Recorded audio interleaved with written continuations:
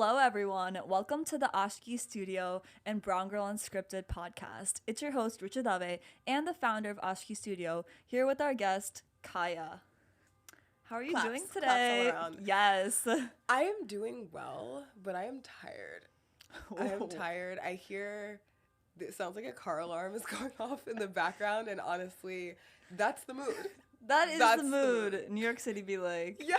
We're literally at the studio in New York City doing this, so shout out New York City. Yeah, always. It's great to be home. I've been overseas in the other home for a while, so it's nice to be back in the concrete jungle. I always feel the most alive when I'm in New York, truly.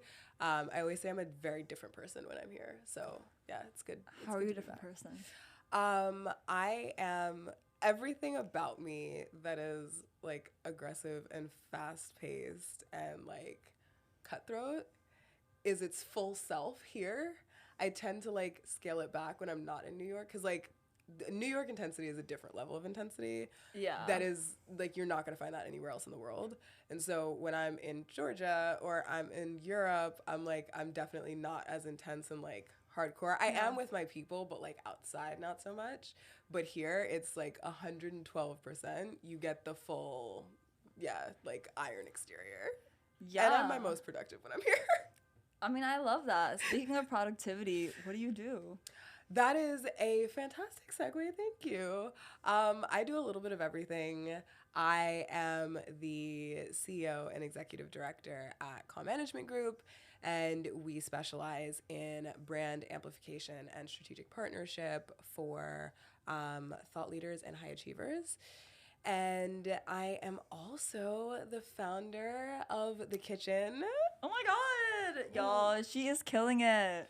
It is my newest baby, and it is a membership platform for Gen Z millennial women in business, whether they want to go founder track, live that 24/7 working life. Oh God. Or it's real. They want to climb the corporate ladder, or you're somewhere in between. There is a seat for you at our table. So that is The Kitchen. Got all the resources, tips, tricks, all the things. Yeah, well, thank you for the introduction. Yeah. Yes, y'all, I was supposed to introduce her. We literally talked about this before recording, but I was like, you know what? She knows the best. Let her do it. Totally fair. And it's unscripted. Exactly. We're unscripted. We're all unscripted, chill vibes. Exactly. So, I know you said you're tired today, but like, what's like, how has your... In New York, you said you're most productive. How's your journey been so far, being here, working? You said 24/7. Like, how's that been? It's been great. I've been pretty deep in launch mode the past couple months. So I went pretty aggressively from the, like, building ideation, like, we got to get this out of my head and, like, actionable, to, okay, now pulling back, we've got the tangible thing that exists. Now, what is the strategy behind it? How are we launching? How are we making sure that the product is ultimately going to be providing the value that we set out to provide? Yeah. So I've been pretty deep in that mode. We've got our first event of the year tomorrow, actually, which is insane. Oh, yeah, I can't make it anymore. I'm kidding. She's like, by the way. So that's our first event of the year, our first partnership with Virgin Hotels, which is... Like, that's fire. I did not know that. What? This is like, we're finding out at the same time, guys. Yes. So very excited about that. And I am manifesting the next partnership at some point. I'll give it a year, is like directly with Sir Richard Branson. That's what we're putting out into the universe. So if anybody has any connects, let me know. Happy to take that meeting. Doesn't matter what time. Like we said, 24/7. She'll take any meeting. 100%. You don't reschedule Richard Branson. You don't. You just don't. No. Yeah. But I love that. I mean, I think that, like, it speaks a lot to what you said about, like, everything you do. And I think it takes a lot, for sure, to take an idea that you have in your head and go from ideation to, like, manifesting it into, like, a realistic thing, for sure. How are you feeling about it coming into fruition at this launch party? It is kind of surreal, honestly, because I feel like I've always been a creator in some aspect. And so seeing this will be like my second real baby, I think, that's come to life. My first was called Her Signpost, and it was an event series for people either in the deaf community or who were learning sign language. So it was, again, kind of bridging that gap. And I feel like you hear this so often of like entrepreneurs and founders saying, oh, I just wanted to, like, it started out as I was looking for this solution and it didn't exist. Okay. As you were saying. Yeah, so it's crazy seeing this come to life and fully come to fruition.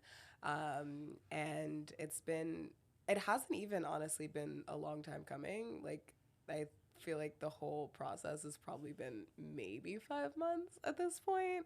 But it's an idea that's been in my head for over 10 years. So Yeah. it's like, that like an unmet need. Exactly. Yeah. I keep saying, I'm like, this is something that I thought that somebody else who I viewed at the time as much more qualified would create the solution. More qualified. Exactly. Yeah.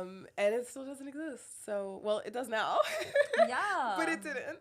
No, So. That's so real. I think there's something to be said. Even like with my company, Ashiki Studio, I feel like mine also came from an unmet need of wanting to see body positivity representation in Indo-Western streetwear to make women feel sexy. So like I definitely get like your sentiment with just like wanting to do that thing for like your younger self. Yeah. Because I think it's like that dream client the best. Because it's you. It was me, exactly. Yeah, it was you. Yeah. Right. So you're like, the pain points. Like, I recently posted this like ad, and it was literally targeting like girls who might be like a little bit insecure and wanting to feel more confident. And I was like, I used to be like that. And it's like that helped like to think about that. And I think there's a lot that goes into like confidence when it comes to being an entrepreneur, and even like putting yourself out there when it comes to like your looks and like, because like I think when you go into entrepreneurship, you don't realize it, but it's not just a professional thing, right? It's like it's all of you, and it like it can suck the soul out of you, like just like honestly. What has your experience been like in being a woman of color and navigating that landscape when it comes to like looks and just like really like putting your whole self out there?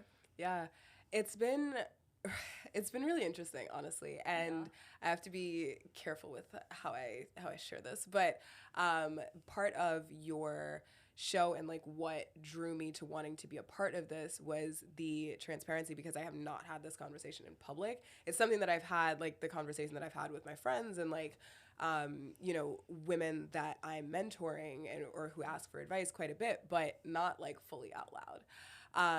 But that was very, very pivotal for me. And in the beginning of kind of the, I guess, rise of my career, if you will, I am naturally curvy. I have been for a while. Yeah. And so I was working in a very professional environment and with people who were a lot older than me, and for the most part, men. And so figuring out how to navigate dressing professionally in like a regular, like a pencil skirt and, a white button down, like that's very basic, like business attire. Yeah, for real. But yet I'm like, okay, well, what material do I need to find to make sure it's not too tight around my hips, knowing that I'm going to attract attention anyway, but that was never the point. Like, I'm just trying to do my job. Yeah. And so that, and kind of navigating how that reflects back on my sense of self and like how I view myself and how I navigate my self-worth and, my body image has been really interesting. And I think has pushed me deeper into my self-love, but has also transformed into a very interesting, like when I'm not working, you'll see my full style. Like I used to be, I think, a bit more downplayed maybe. And I got into a point where like black has always been my power color. I mean, that's why we get along. Yeah. But it got to the point where like I was wearing black, not because I was insecure, but because I was supposed to blend in. Like I was supposed to be part of the background because it wasn't about me. Yeah. And that was okay when it was just from 9 to 5. Yeah. But when it became like a subconscious, I'm going to like, let me make sure that I'm not going to be too loud, or that it doesn't, I'm not going to overshadow, or And that was like outside the bounds of work. I was like, oh no, we can't do that. No. I'm anything but quiet. Like, we can't Yeah. have that. So yeah, it's been very interesting. And then the hair conversation is a whole different piece. Yeah, no, I can definitely imagine. We could definitely get into that for sure. Yeah, for but sure. like going back to what you said about like a pencil skirt and like button down, I think that experience is definitely something that I think a lot of our like viewers can relate to as well. Like I can definitely personally relate to that. Where like I remember like when I worked in tech, like Yeah. of course it's like it is still like more laid back because it is like tech. Right. But I will say I think it's like when you're wearing like I'm a little bit curvier as well, and I think like when you wear like tight fitted like slacks, right? For example, it's like I would be thinking about like okay like they say like it's fine and stuff, right? And it's like a cool like it's a chill dress code, but then when you're wearing it and then you just like see like you said like a lot of these like older men that are there, and it's like there's always something to be just said about like how that experience can be for sure, because like you're like a young girl navigating your career, it's the beginning, and I think it's like there's just that like society puts that like image in your head where it's like you have to be like just right, like you can't be like too much this too much that. And I think what you're saying about how it kind of reflected back into like regular like regular life and not just the 9 to 5, I think like that experience is so real. And like I was gonna ask like how did you go from realizing that and then making that change, like hey like I actually don't want to be like that. Like, you know, I want to be my full self. And, like, yeah, maybe I'll be a little bit mindful of certain things, like, in terms of just, like, what I wear, like, at these certain professional things. Right. But still be authentic. And then, like, outside of that, with your friends or, like, wherever the hell you go, like, just, like, screw it, you know? Yeah. Yeah, how was that? I think for me, it was from the beginning, that mindset shift is not something that I liked. And so the idea of, oh, I need to kind of blend in a bit more, or I need to, and I am not the type of person, nobody ever believes me when I say this, because I have a very commanding personality. And I've been told that it's noticed when I walk into rooms. As it should be. But, right. Yeah. I'm not mad about it. But I am not, like, I don't need to be the center of attention. And I was having this conversation the other day in talking about the kitchen. I was like, I don't need to be the face of that. I am right now because who else is going to do it? Yeah. But it doesn't need to be me. That's not something I need for my ego. That's not something I need for the clout or the content. Like, as long as the problem is being solved and the people that I am setting out to help are being helped by this, that's all that I need. And so in the beginning, I was like, okay, well, I was never, like, my intention in these rooms was never to be the center of attention. I know what my job is and I know what the point is, but when we're talking about, okay, no, you need to blend in, you need to be in the background, I'm like, okay, supporting character, here for it, I got you. I'm such a hype woman all the time. But then it was, okay, well, how am I doing that while making sure that I'm staying true to me? And that then became, how else can I get creative? So maybe black is my thing because black is obviously less commanding than like a cobalt blue or an orange. And especially in the summer, like I look fantastic in neons and like bright colors. I don't generally wear pastels, but I also tend to look pretty good in pastels. And that is very attention grabbing because I usually wear heels. There's usually something noticeable about my hair, whether it's braids or twists or, you know, I've got the fro out and it's huge. So there's nothing that's very blend in about my casual everyday, like I woke up and threw this on. So I'm like, okay, if I'm not going to be, it like reminds me of that TikTok sound that's like, if your outfit is not, is not interesting by color, then it's got to be interesting by texture. If it's not interesting by texture, it's got to be interesting by pattern or exactly. Yeah. So that was how I started to get creative, and it actually made me fall back in love with fashion, which was like one of my first, like I thought I was going to be a fashion designer when I grew up. And so I started getting creative with like, okay, if I'm sticking to all black and like that's what I'm wearing, then how are we spicing this up? That means the textures are going to be texturing. That means that the prints and the patterns and the like, we're going to play with the cuts and we're going to say, okay, maybe generally like in orange, I couldn't do this asymmetrical hem, but in black, absolutely I can. And I started playing with that and getting more creative and then accessorizing. And I was like, okay, how can we do a statement earring? Like, how can we play this up so it's still professional, we're still buttoned up, but like you're not gonna think that I'm just like everybody else. You're still gonna see my personality. And then again, my hair always is is a statement for sure. Yeah, well, thank you for sharing that. I think like that's a really good blend of being able to still like have the professional attire but express yourself for sure. Yeah. And I think that's the point, is you have to ultimately figure out, regardless of what industry you're in, figure out how to still show up as you and embrace the fact that that might not be 100% of you all the time. But as long as you're showing up as you, you're good. You still got to stay connected to that piece, but sometimes you can be 5% fully you. Sometimes you can be 10%. And then you have those occasions where you can be 100%. But it's a balancing act, and it shifts depending on, you know, what rooms you're in and what your goals are. No, that's so real. And I think being able to know yourself enough to know like when to do that and when to not, I think that's powerful in itself. 100%. So you mentioned your journey with hair and alluded to it quite a few times by now. Yeah. So do you want to talk to us a bit about that and like how that's been? Yeah. So my hair and I have been on a hell of a journey. So growing up, I had very, very curly, very thick hair. My curl pattern, funny enough, is actually very similar to my dad's. And I did not like make that connect because he does not have an afro. He's got a tight fade. And so like, and has my entire life. So I had no idea until I saw pictures of him when he was little. And I was like, wait, I get my hair from you? Why did nobody tell me this? When did this happen? Although I wish I had gotten his hair color. People pay for that. Anyway. So subtle flex. No, honestly, and don't get me started on that man's eyelashes.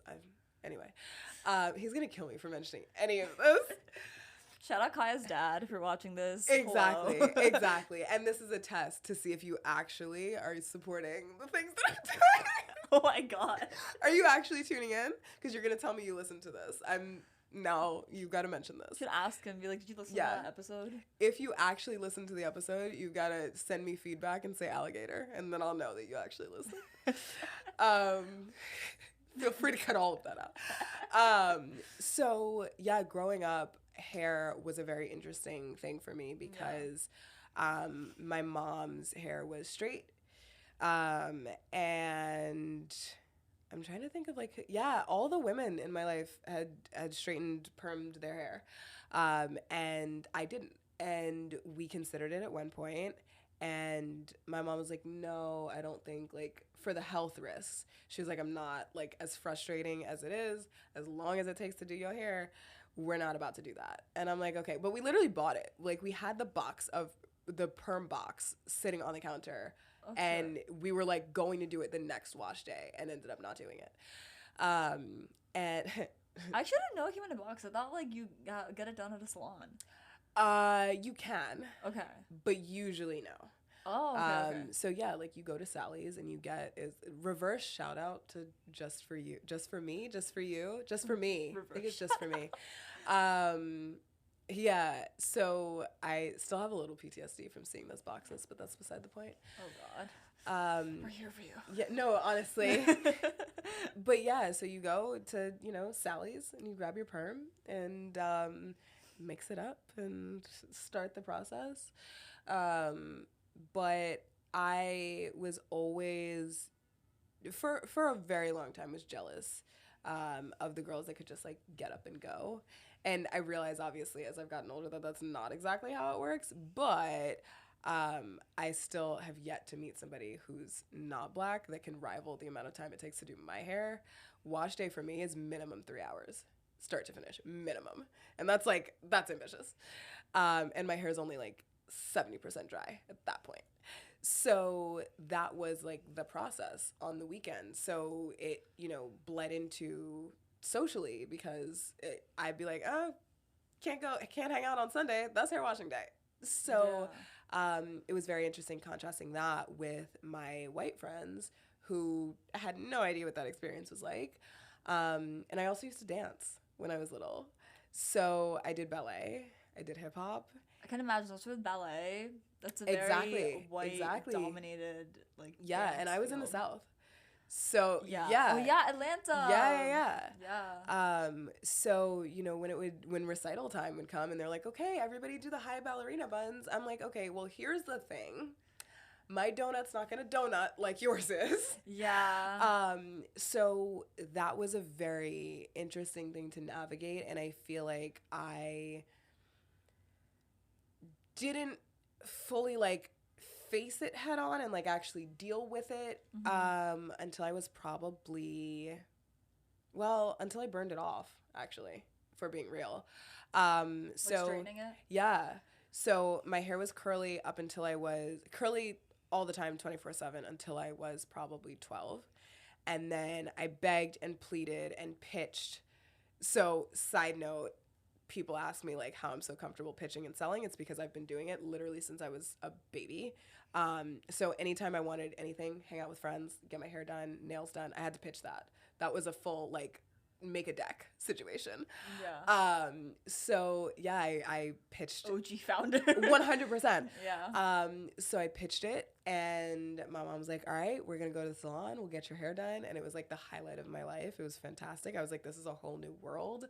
And I like didn't stop playing with my hair for like 2 days after I got it done. Like my hands constantly in it. Yeah. And my mom and I would go to the salon every 2 weeks. And every time they would wash our hair in between, her curls would look the same. Mine did until they didn't. So Curl pattern. exactly, Changed. not even changed, was straight up gone in certain spots. Like it would not wow. revert. Yeah. And I'm like, oh, okay. Like heat damage is a thing. And I just assumed, because I didn't touch it up or anything in between, Yeah. I thought she's my mom. So genetically, if her hair is, this strong and can handle Yeah. heat this way, then obviously mine would be able to. Obviously, that's not how genes work. So it wasn't until I went and they were washing it, and I was like, this is like, I've been in the bowl for like 20 minutes now. Why is this not curly yet? Yeah. Like it's not going back. And I was like, Not okay, the bowl. no, we're gonna need to figure something out. Yeah. So I got it straightened that last time, and then I went home. I stretched that as long as I could. Yeah.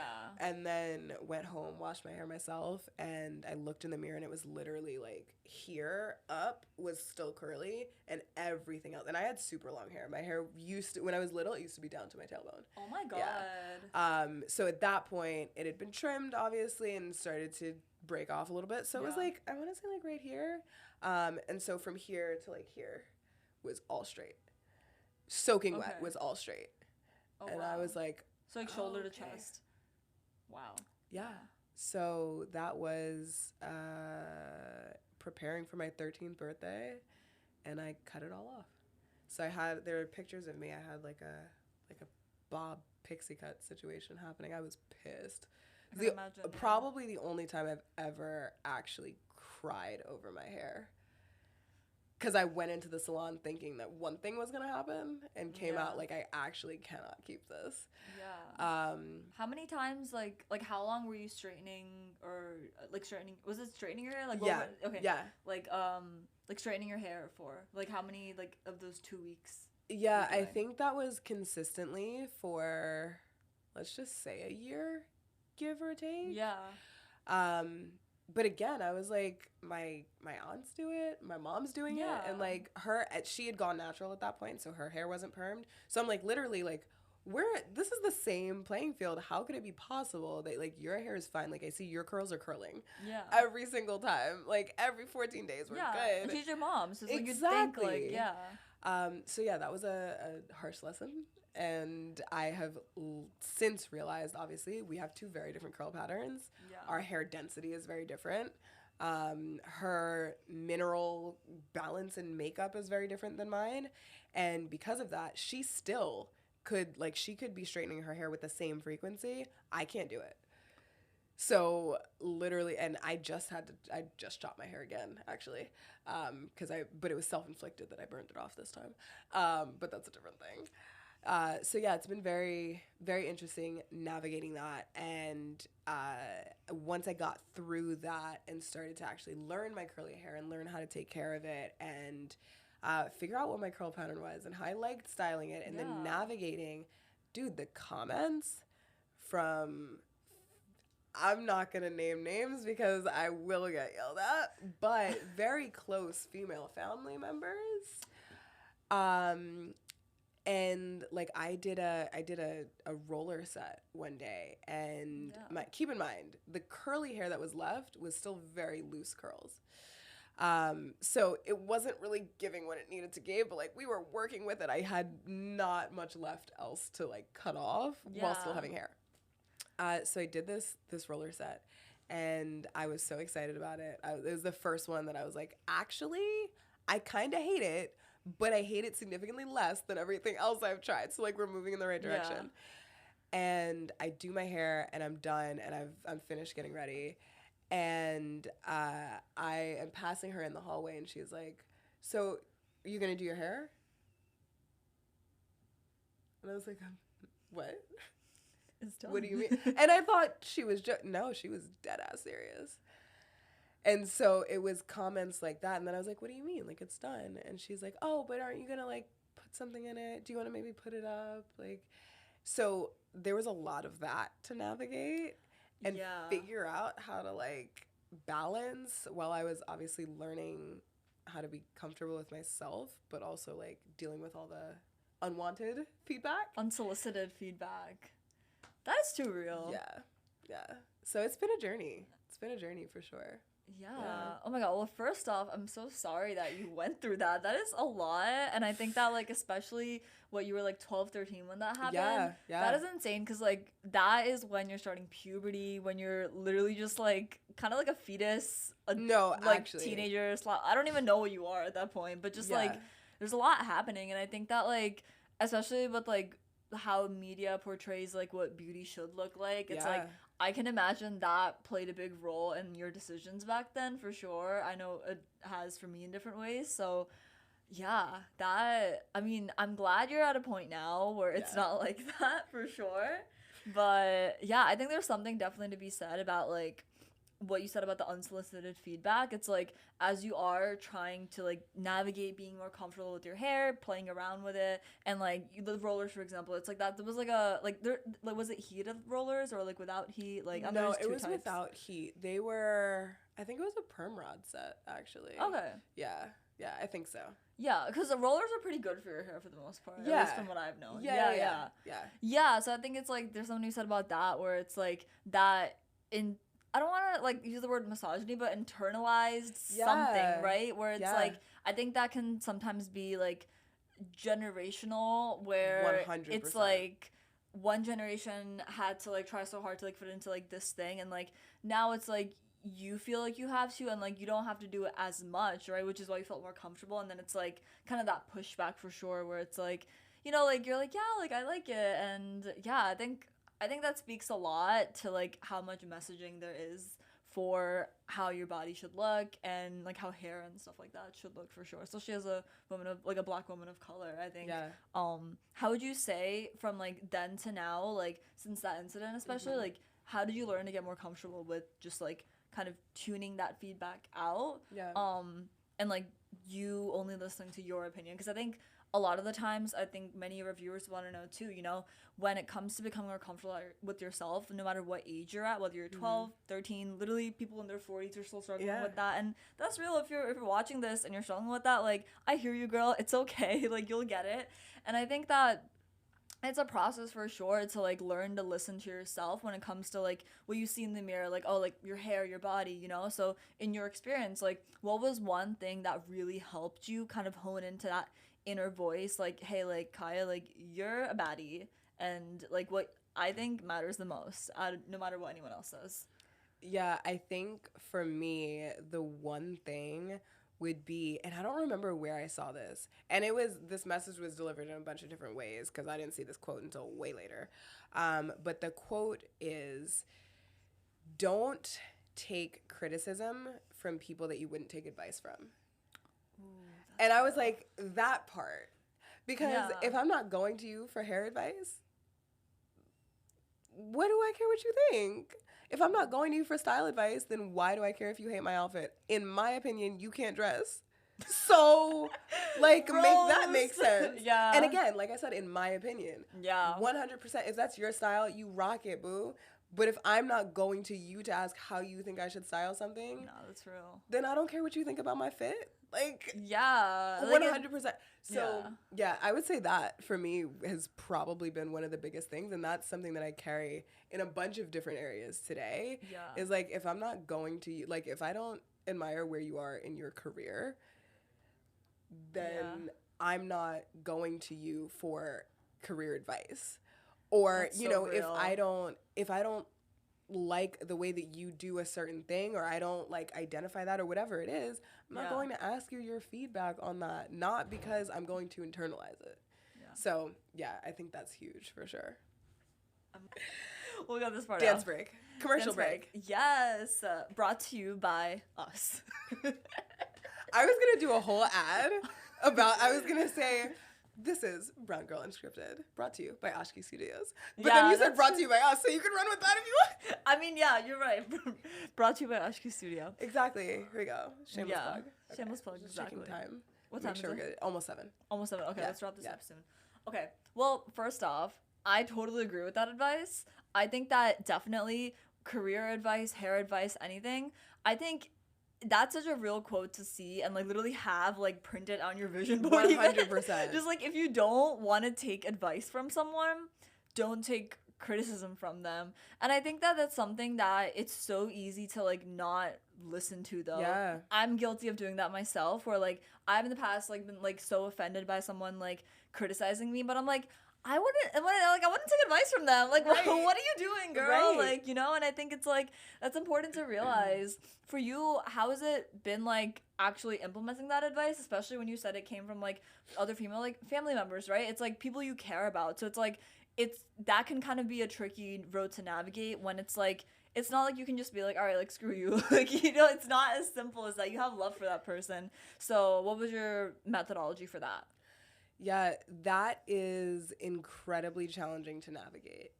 And I think in general, when you are not just dealing with people, but you're dealing with people you care about, then it's like a whole nother layer.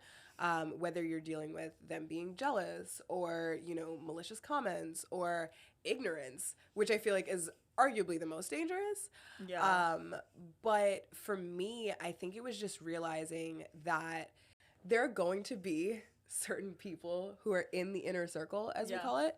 And then there are others that, quite honestly, can't afford that ticket.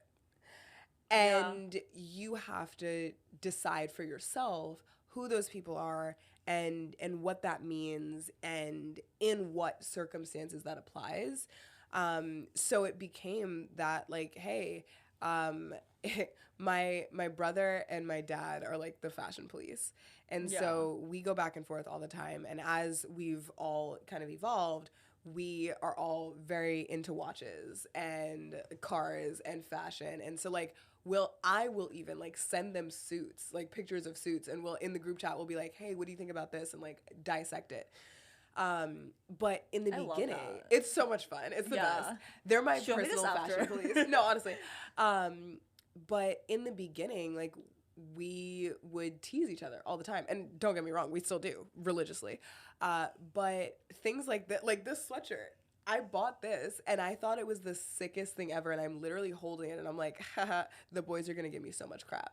Yeah. And I'm laughing about it. And it's not because there weren't comments from them. And I will say to their credit, in case they're listening, that they did actually both say that they liked this. They thought it was funky, but they liked it.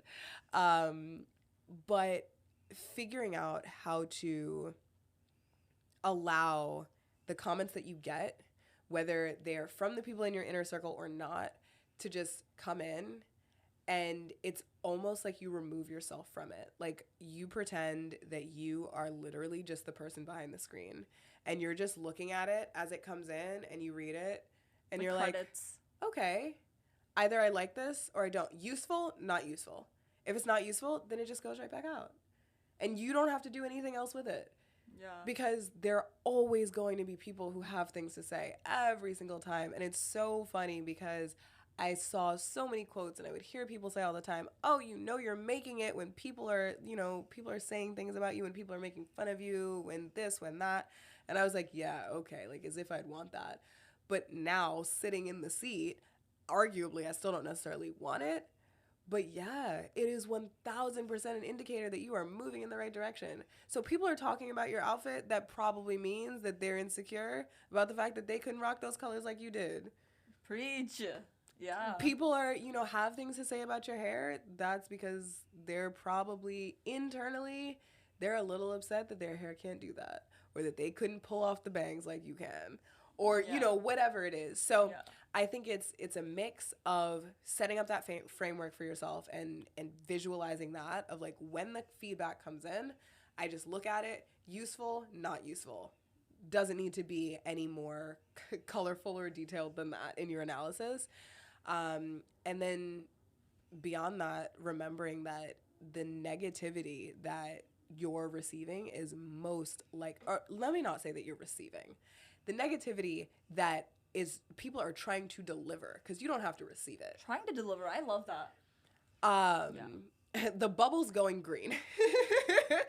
No, the negativity that people are trying to deliver is most likely coming from a deep place of insecurity in some crevice of their soul. And that does not have anything to do with you. You just happen to be there. And so they're trying to deliver. They're like, hey, I'm miserable. You're going to be miserable too. You're comfortable in your body? You love yourself? No. Absolutely the hell not. Because I don't love myself, so I couldn't allow you to exist in that space. No. Yeah. That's not your problem. And not your responsibility either. 100%. That's another thing. I think especially as women of color, I think sometimes like people feel obligated. I've done that myself to like kind of help that person. I've learned over the years like you can't really help those people. You can't help somebody that doesn't want to be helped. Exactly. Is the first thing. And for me, I'll, run a very quick like internal, kind of calculator. Okay, as harsh as it is, how much do I care about this person? Yeah. What do they represent in my life? Is this my best friend who's like going through a terrible breakup and like her self-confidence that is never in the entire 15 years we've known each other been shaken? Now it's shaken. Yeah, obviously I'm going to do what I can to help her get back to that bad bitch place, and right? That's different. Exactly. Yeah. But on the flip side, is this somebody who's a like slightly closer than distant acquaintance? Yeah. And like I'm seeing them at a work event and they had some snide remark about my colorful outfit and like no. Now I might say something. I'm probably still gonna say something because I'm still me. Yeah. So I'm gonna say something like, I'd be happy to send you the links or something like that. I'd be happy to send you the links. I love that. Like whatever you need. Do you want my Pinterest board? Yeah. But yeah, beyond that, it's like you said, it's not your problem and it's not your responsibility. Yeah. I absolutely love that, Kaiya. Well, we are coming to time for recording this podcast. Which flew by. It really did. Honestly. Yeah. I love this. I really love it too. I feel like it just felt like a conversation. Yeah. Yeah. Also, just so y'all know, this is the first time we're meeting. Yes. In person. Yes. Yeah. Yes. So I love that for us. Yeah. Yeah. And we were like right to business. No, it was really. like, it was hug and get in the studio. Yeah. I love it. We love a productive queens. 100%. Yeah. So if there is one thing you want to tell to all these other girls who are watching or listening to this podcast, what is it? Ooh, why is that the most difficult question that I've gotten today? That's a fantastic question. I would say, take your time. Can I have a SpongeBob transition here? Yeah, exactly. Yeah. Insert SpongeBob here. 5 years later. The voice is amazing. I would say that just because the people around you don't have sunglasses doesn't mean that you shouldn't be shining that bright. That's real. I think so many people can benefit from that. Yeah. Yeah. Yeah. Don't dim your light because For anyone, guys. yeah. I was on the New York subway today wearing sunglasses. I got so many weird looks, but I want to feel like a celebrity. Like, No, I will wear them. 100%. That's so funny. I was in Target. Actually, I was wearing this. And I had this like tiny purse. It was very much like for the look. Yeah. But I couldn't fit my sunglasses in it and I didn't want to carry them. Yeah. And the neck on this is too high to like put it Yeah, in the yeah, collar. So I was just wearing them. Yeah. They're not that dark. And the looks that I got, it was hilarious. Why did I have mothers with pushing their children, leaving the carts to like turn around and stare at me as I'm walking away? And I'm trying desperately to keep it together because I'm like, this is so freaking funny. Yeah. And then I like put them down so they're like on the tip of my nose. Yeah. And I looked very like, F you, honestly. Yeah. But I literally have a video of it because I thought it was the funniest thing ever. But the looks, but it was such a reminder. Yeah. I'll repost that when this goes live. Such a reminder. Absolutely. Do not dim your light for anyone. People will try to dim it for you, but just remember that you just need to hand them sunglasses and then tell them that they can move out of your way. Exactly. Yeah. Don't dim it for anyone. Exactly. Yeah. Well, thank you so much, Kaiya, for being on here. Thank you for having me. Yeah. Thank you, everyone, for watching and tuning in tonight. It's your host, Rucha Dave, and if you haven't checked already, check out our Ronnie bodysuit collection and keep up with our newsletter so you can subscribe so you don't have to miss out on anything. And yeah, come back next Friday for a new episode. See you on the other side.